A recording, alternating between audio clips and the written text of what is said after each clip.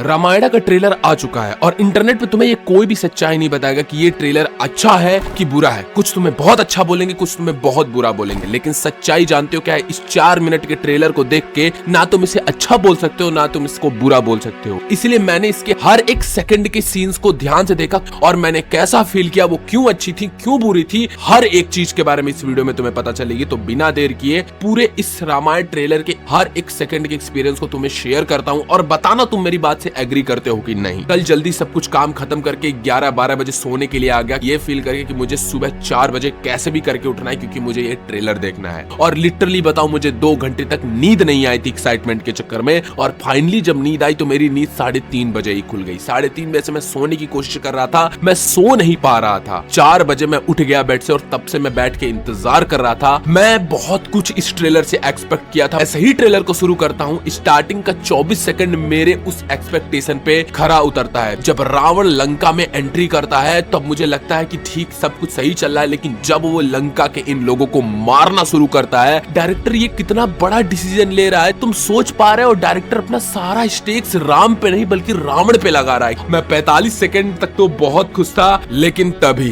50 second के बाद मेरी एक्सपेक्टेशन लो होना शुरू होती है क्योंकि अब राम का इंट्रो शुरू होता है। और राम के इंट्रो से पहले इस ट्रेलर के 45 सेकंड पे कुछ ऐसा होता है जो मेरी उसी एक्सपेक्टेशन को और भी फाड़ के निकल जाता है। मैं जब वो देखता हूं तो मैं लगता हूं बस भाई आज तो मेरा जिंदगी बन गया ये सीन देख करके। जब उस ऐरावत हाथी इंद्र जी उस ऐरावत हाथी पे बैठ करके आते हैं और रावण उड़ के उस ऐरावत हाथी को मारता है और ऐरावत हाथी गिरता है, ये सीन बता रहा हूं थिएटर में और इंटरनेशनली लोग पागल होने वाले हैं इस सीक्वेंस को देख करके। और डायरेक्टर हमें ये बताते हैं ये सीन डाल करके, देख लो हम कैसा वीएफएक्स कर रहे हैं। तुम वीएफएक्स का मजाक उड़ा रहे थे ना, अब देखो क्या होता है वीएफएक्स। मैं 45 सेकंड तक तो बहुत खुश था, लेकिन तभी 50 सेकंड के बाद मेरी एक्सपेक्टेशन लो होना शुरू होती है क्योंकि यहाँ पर एक डायलॉग आता है जिसमें बोला जाता है दुष्टों को खत्म करने के लिए हर बार विष्णु जी को एक नया अवतार लेना पड़ता है। ये डायलॉग कोई भी आदमी बोला, ये बड़ा फ्लैट डायलॉग लगता है। इस डायलॉग में ना कोई वजन है ना कुछ है। ऐसा लग रहा है कि कोई भी एक सीरियल चल रहा है उसके बीच में जो नरेशन नहीं करते हैं कुछ बंदे, वो नरेशन कर दिया गया हो। लेकिन जब मैं 1 मिनट क्रॉस करता हूं देन मेरा एक्सपेक्टेशन बढ़ता नहीं है बल्कि वो और ही धीरे धीरे करके नीचे जाने लग जाता है। वो राम का इंट्रो रावण वाली फील देता ही नहीं है। वो राम जी आते हैं, ब्लाइंड फोल्ड करते हैं, रणवीर कपूर का कैरेक्टर वो घंटी में शूट करते हैं और भी कई सारी सीन आती है। मुझे लग रहा था कि जब राम का सीन आएगा तो मैं बहुत एक्साइटेड फील करूंगा, लेकिन यहाँ पर मेरा इमोशन धीरे धीरे नीचे गिरने लग जाता है। जहां स्टार्टिंग में 100% एक्साइटेड फील कर रहा था, यहाँ तक आते आते मेरी एक्साइटमेंट 80% हो जाती है। इसलिए नहीं कि राम का इमोशन और राम का सीन मुझे बेकार लगा, इसलिए कि स्टार्टिंग में रावण ने इतना बड़ा एक्सपेक्टेशन सेट कर दिया ट्रेलर के कि यहाँ तक मेरा इमोशन लो हो गया और जिस चीज का डर था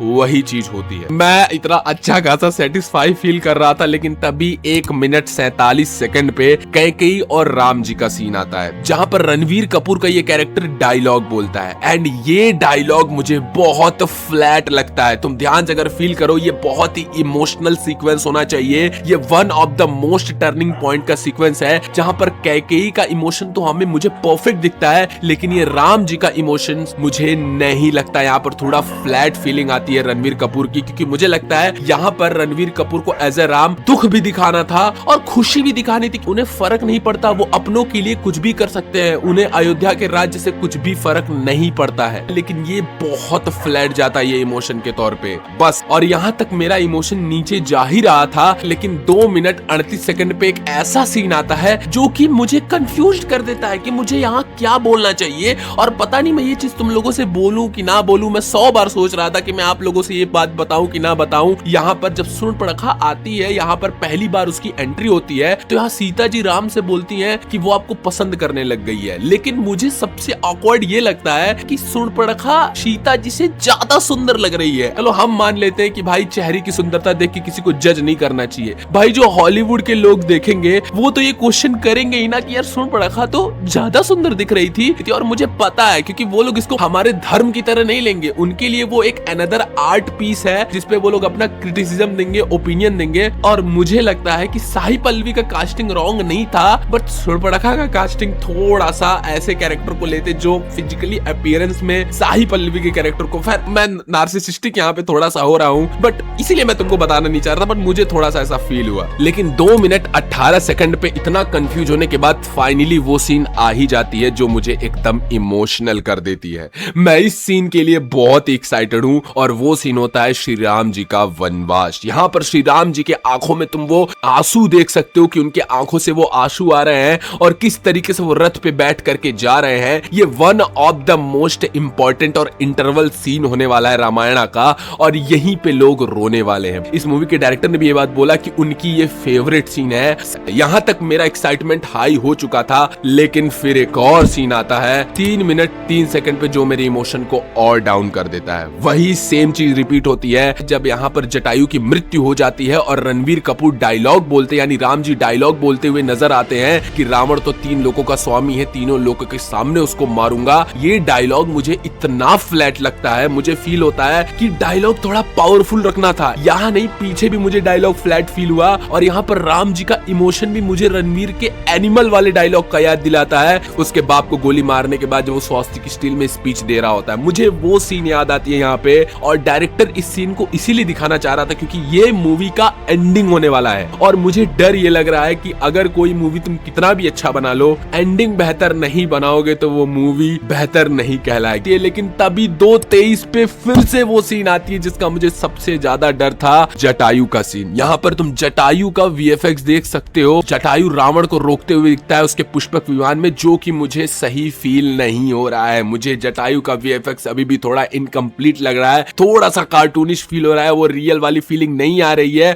और फिंगर क्रॉस्ड मेरा यहाँ पर इसलिए क्योंकि इसको अनुपम खेर की आवाज है इसमें और मैं उनके ऊपर स्टेक्स बहुत हाई है। ये बहुत इमोशनल सीन होने वाला है इस मूवी का और अगर इन लोगों ने यहाँ पर वो डायलॉग्स का और वीएफएक्स का पंगा किया, भाई बहुत बर्बादी होगी इन लोगों की, मैं बता रहा हूँ। यहाँ पे 80% एक्साइटमेंट से मैं 50% एक्साइटमेंट पे आ जाता हूँ। मेरा था भाई अब खत्म कर दो ट्रेलर को, लेकिन तभी 3:28 की सीन आती है और 3:32 की सीन आती है जहां पर रावण वर्सेस विवेक ओबरॉय का कैरेक्टर के बीच में फाइट नजर आती है। खैर विवेक ओबरॉय इसमें विद्युत जीवा का कैरेक्टर प्ले कर रहे हैं जो कि शूर्पणखा का पति होने वाला है और ये सीन देख करके मैं लिटरली एक्साइटेड हो जाता हूँ क्योंकि अभी तक किसी भी एपिक में विद्युत जीवा के कैरेक्टर को इतना लाइमलाइट नहीं मिली है। तुम सोच रहे हो कि डायरेक्टर विद्युत जीवा का कैरेक्टर रामायण में बहुत बड़ा नहीं है, लेकिन फिर भी नीतीश तिवारी ने विद्युत जीवा के कैरेक्टर को एक अच्छा खासा स्क्रीन टाइम दिया, विच शोज दैट कि आप नॉर्मल रामायण वाला रूटीन नहीं फॉलो कर रहे हो, आप एक अलग पाथ पकड़ रहे हो।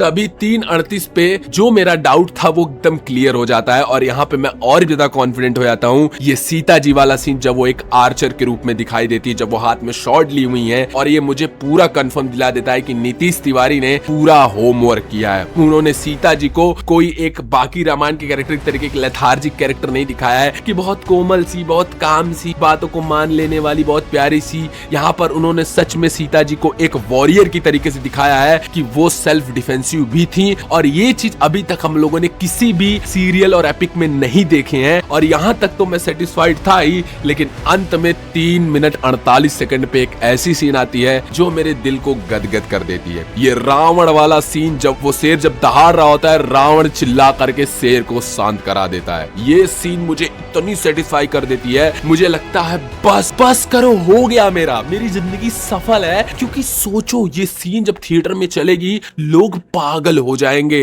ओवरऑल ये सारा एक्सपीरियंस देखने के बाद मुझे कॉन्फिडेंस है रावण के कैरेक्टर के ऊपर। रावण पूरा थिएटर खा जाएगा, लेकिन मुझे थोड़ा सा फिंगर क्रॉस्ड है जटायु वाले सीन पे, राम जी के कुछ डायलॉग्स पे, रणवीर कपूर के कुछ इमोशनल सीन्स पे। लेकिन दिन की शुरुआत तो मेरी आज बहुत अच्छी हुई।